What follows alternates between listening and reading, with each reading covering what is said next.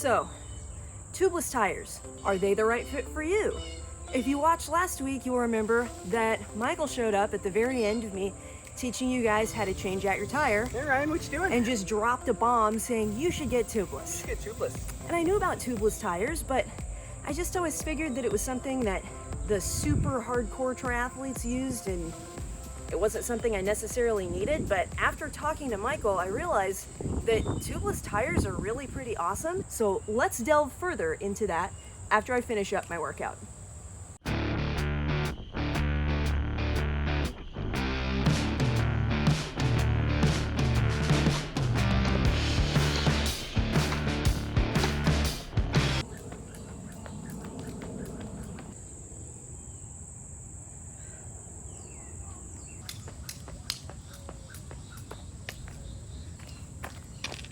This is the only thing that my coach has me do for training where if I screw up, I literally get whipped for it.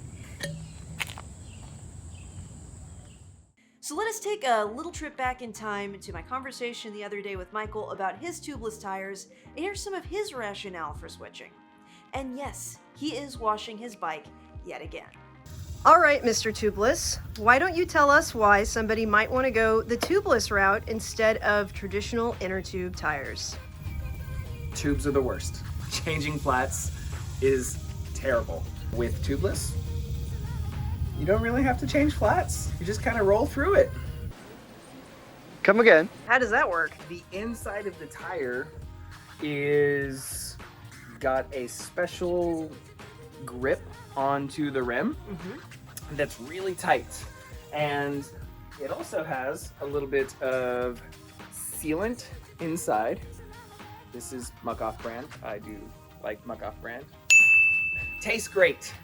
The idea is that with the gritty sealant inside there, should I get a puncture in my tire when I'm going down the road, the sealant will clog the hole and immediately dry and harden so that it seals itself, and I don't have to replace that tire. I can keep rolling and never have to stop. Really great in a race.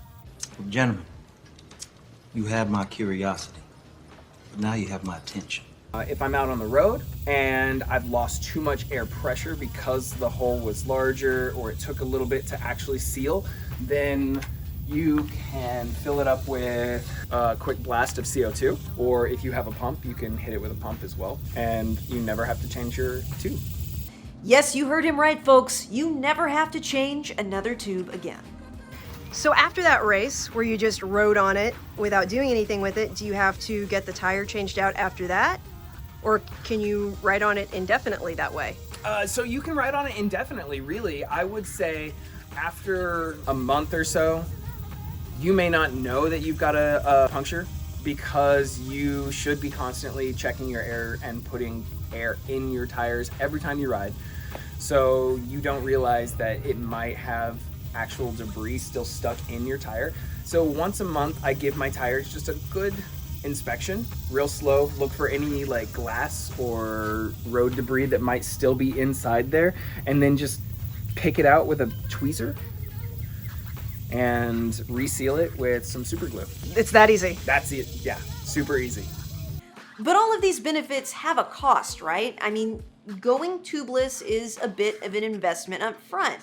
But if you get a lot of flats and you go through a lot of tubes, one might argue that it pays for itself in the end. I mean, how many tubes are you gonna go through before you decide to do this? It is a bit of a step up. The tires cost more than a traditional clincher tire would. Okay. You have to buy sealant as well. You have to have a special valve. I can show you what one of them looks like. So this is the valve that I use. And you have to have a little tool to remove the valve core. This is probably what you're used to seeing. This actually comes out. And this is where you put your sealant into your tire. And how often do you put sealant in your tires? About every 6 months, I will take the old sealant, whatever's left of it, and completely wash it out and put fresh new sealant in. The only drawback is that you should probably try to ride at least once a week, because if you just let it sit, then it could start to leak air, and if it gets too low, then it'll break the seal, and then you could have some goo leak out. So just keep on it. Make sure you're riding them regularly. Should be good to go. Let's talk numbers. Okay, it's gonna be slightly different for everybody depending on their situation, but after calling around to several bike shops, I was able to get some good ballpark numbers going. Now, the big investment up front is going to be Tubeless ready wheels if you don't have them already. And the brand that seemed to come up a lot in regards to budget-friendly and good quality wheels was a brand called Mavic. Now, they have wheel sets ranging anywhere from $350 for the pair all the way up to over $2,500. So that's gonna make a huge difference, and it all depends on what needs you have and how light you want your bike to be.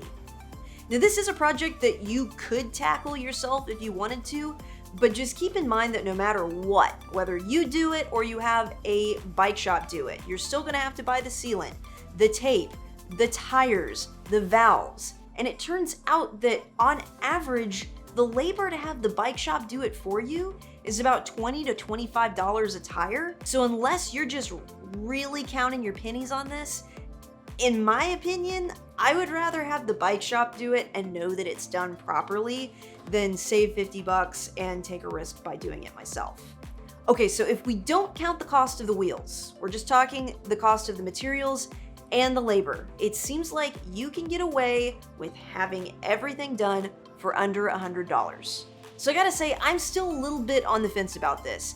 I think that the Tubeless thing is fantastic. I think that the level of convenience is just outstanding, but none of my bikes have tubeless ready tires. So if I were to do this, I would have to spend $350 at the very least on a new set of wheels so that I could facilitate this. And honestly, I think I want a new bike computer. That's about the same amount of money.